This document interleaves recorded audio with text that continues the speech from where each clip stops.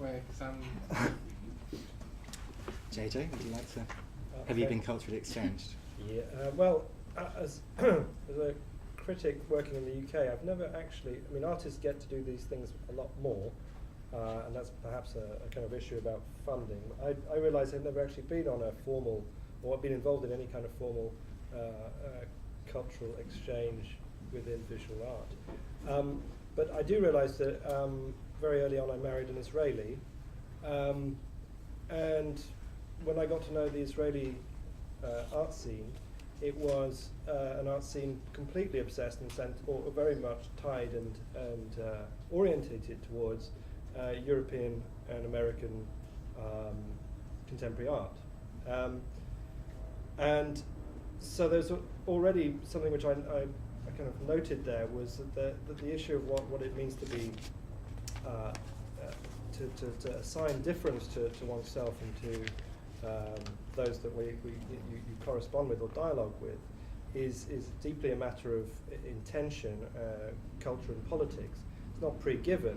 It's something which is can be relatively fluid, or at least open to change and open to context and condition. I say that also partly because I noticed that I've been to see a very good show, I thought, at David Roberts Art Foundation, which is currently, I think, still on, called Friends of London, which is a very interesting archival exhibition done relatively, not very well done, and with very few resources, in fact, kind of assembled, but it's effectively a show that catalogues a very minor moment in the history of the London radical art scene, or the kind of, it's hard to kind of describe it, the art scene, the alternative art scene in London in the early 1970s, late 1960s and early 1970s, when it happened to be the case that a number of artists from Latin America, for various reasons, fetched up in London because of the number of, because of the political situation that was emerging in Mexico, Argentina and Chile between sort of 68 and 72, 73. What's really remarkable about that show is that the type of art which is presented has very little sense in which it's kind of culturally or geographically located. That's to say that these artists were part of already a very kind of open and migrant and nomadic, effectively counterculture within Western Hemisphere art, as it were. A set of relationships which between art centres in Europe, London, Paris, New York, and scenes in Sao Paulo, Buenos Aires, and so on.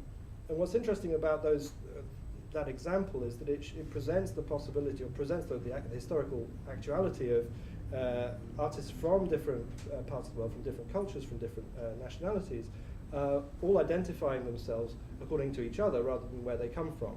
That's to say that these are artists who operated in that kind of very peculiar international artistic cultural scene that came out of Fluxus, that formed itself around kind of nascent or emerging conceptualism, and which, of course, because of the relationship between Latin America and Europe, particularly around the strand of post-war constructivism or neo-concrete art, which has its roots in Europe, pre-war modernism in Europe, partly because of a history of exile, emigration, and so on. You found yourself in a situation where you were looking at a show that simply does not correspond to contemporary notions of exchange, defined by criteria of culture, by criteria of cultural identity. So, in order to kind of just point that towards this discussion, it strikes me that what I'm interested in is flow and openness within exchange, and that I think cultural exchange is going to happen because difference exists. I'm a multiculturalist, but only in the sense that I think you should be interested in the best that every culture has to offer, and finally it will end up as one kind of culture. I'm not interested in identitarian multiculturalism where everybody privileges each other's difference. I find that a bit of a roadblock.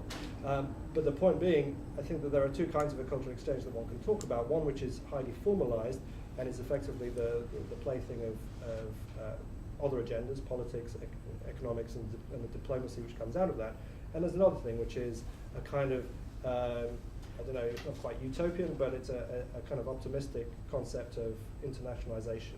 I mean, it certainly needs to be said that we need more of that at a time when actually controls on migration, controls on the possibility of exchange between cultures is actually becoming more and more formal, because it's becoming more and more administered by states that wish to spend their time keeping people out of countries rather than letting them cross borders. So an example like the David Roberts Art Foundation show, Friends of London, is remarkable because it shows London to be a place where people were coming and going very easily. And when you think that this is supposed to be the 70s, when we're all supposed to be British and racist and xenophobic and everything, the curious aspect of it is that the possibility for movement and exchange was much more informal and spontaneous than it possibly is now. So those kinds of issues, I wouldn't mind kind of developing a bit further. Anyway, there we are. Maybe it's time to bring Rosalind in. Yeah.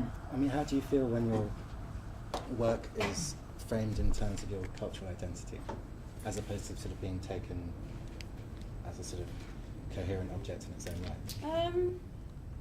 I don't think I've really found that. I've sort of been subjected to that. I mean, very early on when I did Beck's Futures here, 2003, there was a lot of interest because my name's Palestinian, my father's Palestinian, my mother's Northern Irish, and I'm from England, born in England. There was a lot of interest in the idea that this here was a Palestinian artist, and because I'd grown up here and I don't speak Arabic, although I have visited Palestine many times, I didn't feel that that was my identity. Obviously I couldn't. So I sort of at that time avoided anything that kind of bracketed me in that area, probably to a quite extreme degree. Yeah. But now I wouldn't, because I'm more confident in who I am and what I do. So I'm open to different aspects of my identity, and I think that identity is this sort of never-ending kind of question. So yeah, when there was a lot of media interest around that moment, I felt I had to sort of avoid all those projects that came up, whether they be in Lebanon or different. Or Channel 4 came to me at one point and asked me if I would be a kind of news correspondent, but just go and film people's lives, and it would be on Channel 4 News and this kind of thing, and I rejected all of that. But yeah, I'm much more open to not worrying about these things anymore. You don't worry about the confusion between who you are and what you do in some ways, or do you keep those things? Do you think those things are one and the same as an artist? Who I am and what I do. Yeah. I mean, there's always just this huge space, I suppose, between what I think about who I am, what my life is, and what my work ends up looking like, and that's also in play. I mean, I guess I've had some experiences similar to, one experience certainly similar to what Andrea was talking about when I was in Sharjah Biennial, 10th Sharjah Biennial. I made a work which had photographs of men sort of from the waist to the thighs, but they were clothed, so images of kind of jeans, men's kind of legs and crotches, as part of the work. And nothing sort of came up about it, had the opening, and then it sort of, I don't know if it was a few weeks later or some little bit of time later, I heard somebody I knew had been and gone in, and there were no images there. And I subsequently found out that there was a work next to mine that had caused a big scandal in the Sharjah Biennial, which was a work, I think, commenting on Algerian culture rather than Emirates culture, which had graffiti that was of a sexual nature and of a religious nature, kind of side by side. And when that happened, and a big scandal had erupted about that, the invigilators had decided to take my work down as a sort of preemptive strike, just in case, which I thought was quite a funny kind of idea, because it was actually the place where the invigilators all used to sit, and they were kind of young men, and the whole work was about this sort of young masculinity in the Middle East as well, in a way. So yeah, I mean, but most of my experience have been of a much more kind of subtly sort of graduated thing, where I don't feel, if I go particularly into somewhere in Palestine, I feel neither that I belong there nor that I'm on a cultural exchange from Britain. It's a grey area for me, so I can't really ever feel. I mean, I think when I went on a British Council kind of show in Mexico, I felt, yes, I'm here now. I'm a sort of, we're a wall of like British representation at this point doing a show, and that felt more formalised. But I haven't had many of those experiences. And Omar, now's the time. Well, thank you. Sorry, thank you for waiting. Well, I think I'll talk about two things. We started doing cultural exchange because we were working in a place which didn't have it, and we were exchanged generally, whether economic or the freedom of movement or the freedom of ideas was just non-existent, or very restricted by military occupation and by other issues, internal issues. So for us there was really no question about the need for this, and that maybe naively that this is bound to be a beneficial process that will open a society up to new opportunities, that will allow people to travel and to meet other artists and other colleagues and other professionals, and to develop their own skills. So we kind of saw it as a process of cultural, economic, social development, wrongly or rightly, I don't know, but I think rightly in the sense that it really is it's a holistic process. I don't think you do either thing in isolation of the other.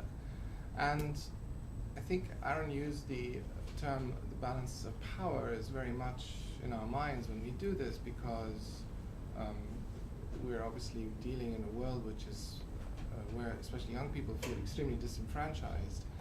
And so, whether it's in Palestine or the Arab world generally.